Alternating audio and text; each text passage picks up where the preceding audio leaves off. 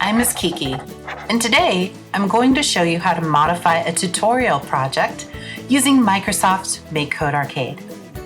To get started, we're going to go into the final level of Whack-the-Mole. And you can do this with whichever tutorial you followed. It doesn't have to be Whack-the-Mole. But I'm going to take a look and make sure everything's as I wanted, and then click Done, and that will bring me back out to the main skill map.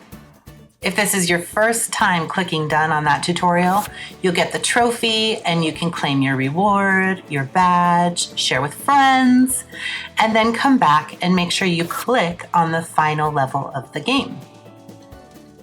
Now you have the option over in this panel to share or save to my projects, and that's the one we're going to click.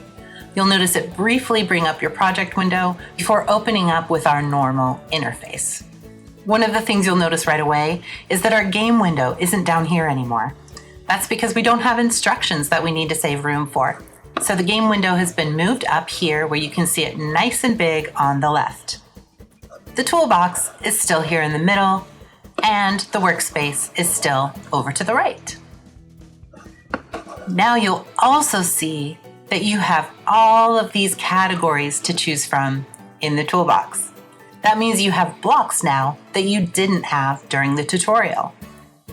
But if there's a block that you really want that you don't see here, you can go down into extensions and add more categories. I'm not going to do that today because I want to add music to my project.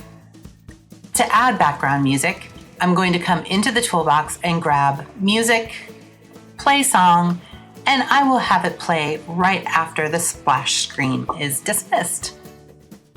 To write my song, I will click on this box and that will open my song editor. If you've ever wanted to play the hamburger, now's your chance. I'll grab the burger and I'm just going to make a simple scale. Beautiful. I can play it down here. Masterpiece. I'm going to get rid of a measure so that this is all I have, and I'm going to loop that in my background. Okay, here we are. Time to play.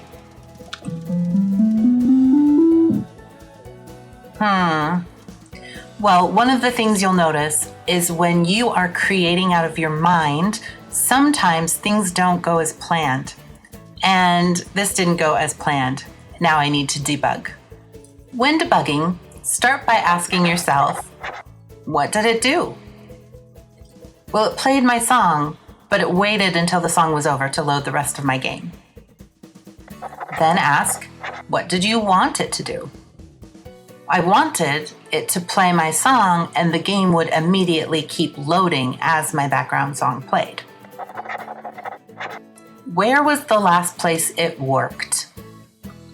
The splash screen worked the way I expected, but then as soon as we got to the song block, it played the song, but the rest of the screen was black until the song was done. And what does that tell you? Well, it tells me that I need to look at this block and see if there's a way to change it from holding everything until the song is over to continuing to load stuff while the song plays. And as you'll see, there is a drop down in this block that I can click, and it lets me choose if I want to play the song until done, play it in the background, or loop it in the background. I am going to loop it in the background so that it can act as my theme song during the game. Let's click that and try it again.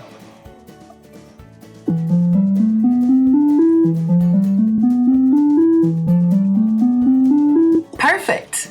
Exactly as I imagined. You may find that you need to go through and do this debugging process several times as you code, and that's okay. That's how you learn. Now it's your turn to customize your game. Explore, have fun, and happy coding.